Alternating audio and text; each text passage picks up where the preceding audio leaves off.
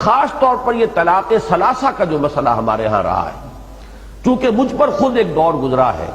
اور میں اللہ تعالیٰ سے معافی کا خواستگار ہوں کہ بعض لوگوں کو میں نے بھی جب وہ مجھ سے رائے طلب کرتے تھے تو اگرچہ ہمیشہ میں کہتا تھا میں مفتی نہیں ہوں، میں فتویٰ نہیں دے سکتا، آپ جائیے اور کہیں بھی کسی جو بھی آپ کا مسلک ہے اس کے مفتی صاحب سے آپ فتویٰ لیجئے، لیکن یہ ہے کہ اس قدر پریس کرتے تھے لوگ۔ اب تو کچھ عرصے سے میں نے بالکل اس فیصلے کے اوپر جو ہے سختی کے ساتھ عمل شروع کر دیا ہے کہ میں قطعاً اس میں اپنی رائے بھی ظاہر نہیں کرتا، لیکن یہ ہے کہ بدقسمتی سے رائے میری یہی تھی کہ جو ابن تیمیہ رحمہ اللہ کا مسلک ہے، قرآن مجید اور حضور صلی اللہ علیہ وسلم کی سنت سے مجھے وہی زیادہ اقرب معلوم ہوتا ہے۔ اب ذہن انسان کے قابو میں نہیں ہے، ذہن پر انسان کا اختیار نہیں ہے، جیسے دل پر اختیار نہیں کہ دل کا اپنا ایک رجحان ہے، ایک میلان ہے، آپ کا اختیار نہیں ہے، بلکہ یہ کہ میلان اگر کسی غلط رخ پر ہے اور آپ اپنے یعنی پوری قوت ارادی کو بروئے کار لا کر اسے روک رہے ہیں تو یہ آپ کا مجاہدہ ہے، باطنی مجاہدہ، جس پر کہ اللہ تعالیٰ آپ کو بہت بڑا اجر و ثواب عطا فرمائے گا۔ اسی طرح ذہن جو ہے وہ بھی انسان کے اختیار میں نہیں۔ ذہن میرا یہی رہا، مجھے جب یہ معلوم ہوا کہ چاروں ائمہ ہمارے یعنی چاروں فقہی مسلک جو ہیں، احناف بھی اور حنابلہ بھی اور شوافع بھی اور مالکیہ بھی، سب کا متفق علیہ مسلک یہی ہے کہ جب تین طلاقیں ہو جائیں چاہے وہ ایک ہی بار دی گئی ہو تو وہ طلاق مغلظ ہے، اگرچہ بہت بری ہے، بہت ناپسندیدہ ہے، بہت ہی مکروہ ہے، اور اس پر حضرت عمر رضی اللہ تعالیٰ عنہ کا عمل یہ تھا کہ جو شخص یہ کرتا تھا اسے پھر کوڑے لگواتے تھے، لیکن یہ کہ طلاق نافذ ہو جاتی ہے۔ اب اس میں سامنے بات آتی تھی عقلی اعتبار سے کہ اتنا نازک معاملہ، خاندانوں کی تباہی اور بربادی، ایک انسان شدید غصے کے عالم کے اندر کو کہہ بیٹھا ہے، تو کیا یہ چیز ایسی ہے کہ جس پر اس قدر سخت موقف اختیار کیا جائے؟ اب چونکہ معلوم ہوا ابن تیمیہ کا بہت اونچا مقام ہے میری نگاہ میں، بہت بلند مقام ہے، وہ خاص طور پر قرآن مجید کی حکمت کے بہت بڑے عالم ہیں، پھر سنت و سیرت کا ان کا مطالعہ بڑا گہرا ہے، اس معاملے میں ان کی رائے ایک شاذ تھی۔ میرا گمان یہ تھا کہ کسی نہ کسی اور کی بھی ہوگی، ان تمام جو مکاتب اربعہ ہیں ہمارے فقہ کے، ان میں سے کسی کی اور رائے بھی ہو، تبھی تو اہل حدیث حضرات کی یہ رائے ہے، لیکن بعد میں مجھے معلوم ہوا کہ نہیں، یہ اہل حدیث حضرات یہ سند لیتے ہیں صرف امام ابن تیمیہ رحمہ اللہ کی رائے سے، باقی چاروں جو ہمارے مکاتب فقہ اہل سنت کے وہ متفق ہیں اس پر کہ تین طلاقیں جو ہیں وہ اگر بیک وقت دی جائیں تو وہ تین ہی شمار ہوں گی اور وہ طلاق مغلظ ہو جائے گی کہ اب ان دونوں کے درمیان نہ رجوع کا کوئی امکان، نہ عدت میں رجوع، نہ عدت کے ختم ہونے کے بعد نکاح ثانی، جب تک کہ اس عورت کا نکاح کسی اور مرد سے نہ ہو، اور پھر وہ مرد بھی اپنی آزاد مرضی سے جب چاہے کبھی اگر طلاق دے دے تو پھر واپس رجوع کر سکیں گے، یہ سابقہ شوہر کے ساتھ اس عورت کا نکاح ہو سکے گا۔ اب اس پر لوگ روتے ہیں، چلاتے ہیں، وہ طرح طرح سے ادھر جا ادھر جا، اور اندیشہ یہ ہو جاتا تھا کہیں، چونکہ شیعہ مکتب فکر بھی یہی ہے، اور میرے علم میں بہت سے لوگ اسی بات پر شیعہ ہو گئے، بہت سے جو حنفی ہیں وہ پھر جا کر بہرحال یہ تو ہلکا معاملہ، اس لیے کہ اہل حدیث وہ تو اہل سنت ہی میں ان کا شمار ہے، وہ کوئی اہل تشیع میں سے تو نہیں ہے۔ کچھ لوگ جنہیں یہ معلوم نہیں ہوتا کہ وہ اہل سنت میں سے بھی ایک گروہ ہے کہ جو اس کے حق میں فتویٰ دے دیتا ہے، اگر ان کے علم میں ہے کہ ہمارا مسئلہ حل ہوتا ہے صرف اہل تشیع کے ہاں تو شیعہ ہو گئے۔ کچھ لوگوں نے یہ ہے کہ فتوے لے لیے جا کر جو اہل حدیث علماء اور مفتی حضرات ہیں ان سے۔ تو میرا معاملہ کچھ عرصے تک یہ رہا کہ چونکہ میرا ذہن یہ تھا، لہذا میں کہتا رہا بھائی میری ذاتی رائے تو یہ ہے واقعتاً کہ تین طلاقیں جو ہیں ایک وقت میں دی جائیں تو وہ ایک ہی طلاق شمار ہوگی، لیکن یہ کہ میں اب اس کے بعد جب میں نے طے کیا اور میرے علم میں یہ بات آ گئی کہ یہ تو چاروں مکاتب فقہ کا متفقہ فیصلہ ہے،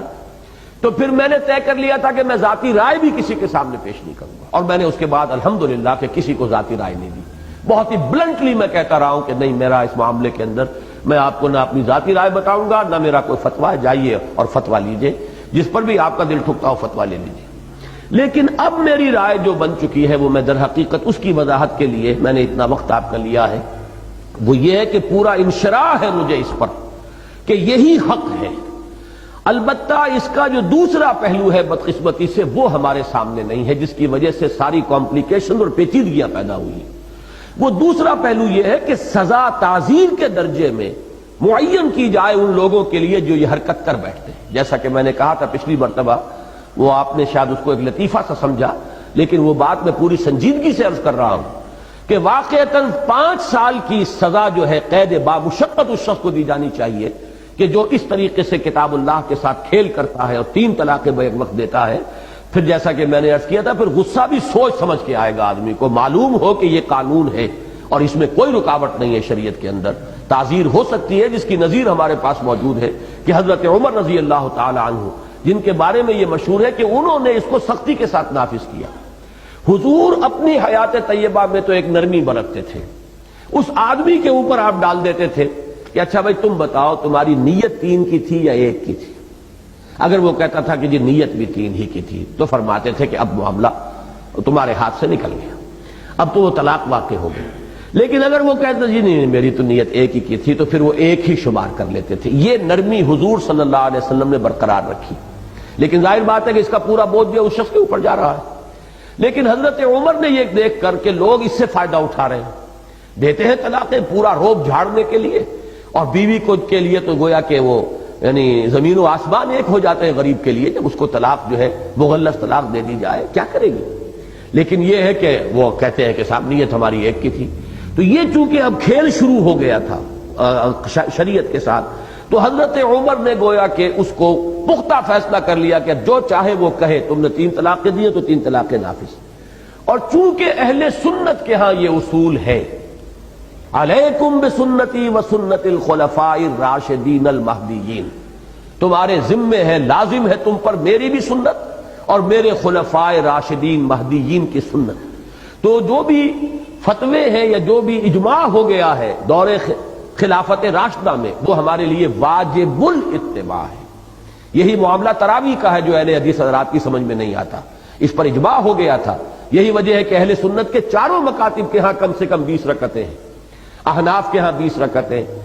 حنابلہ کے ہاں 20 رکعتیں، شوافع کے ہاں 20 رکعتیں، البتہ مالکیہ کے ہاں کہیں 36 تک کی تعداد بھی ہے، 20 کی رائے بھی اور 36 کی بھی۔ لیکن چونکہ یہ اصل فیصلہ تھا، اجتہاد تھا حضرت عمر کا، انہوں نے نافذ کیا ہے، اور یہ حضرات اس کو تسلیم کرنے کے لیے تیار نہیں ہیں۔ یہ اصول ہے جس کی وجہ سے فرق واقع ہو جاتا ہے۔ اہل سنت کے ہاں اصول یہ ہے کہ جو اجتہادات خلفائے راشدین نے کیے، امت اس وقت ایک وحدت تھی، کوئی علیحدہ ملک نہیں تھے، پوری امت مسلمہ ایک وحدت تھی۔ اس کو جب قبول کر لیا گیا تو وہ اجماع ہے، اور وہ اجماع اب لازم ہے کہ اس کی پابندی کی جائے۔ اسی کے ضمن میں یہ معاملہ بھی آتا ہے کہ جو طلاق ثلاثہ کا ہے۔ لیکن جیسا کہ میں نے عرض کیا، یہ جس قدر تحدید اور تنبیہ آ رہی ہے، اس کو سامنے رکھتے ہوئے چونکہ چاروں مکاتب فقہ کا یہ اجماعی فیصلہ ہے، اسی کو اور اسی پر مجھے انشراح ہے کہ اب اس کو نافذ ہونا چاہیے۔ البتہ جو خرابیاں پیدا ہو رہی ہیں ان کا سد باب اس طور سے ہو سکتا ہے کہ اس کے ساتھ تعزیر ہو، جو 3 طلاقیں بیک وقت دیں انہیں کوئی سخت سزا دی جائے، تاکہ پھر لوگ جو ہے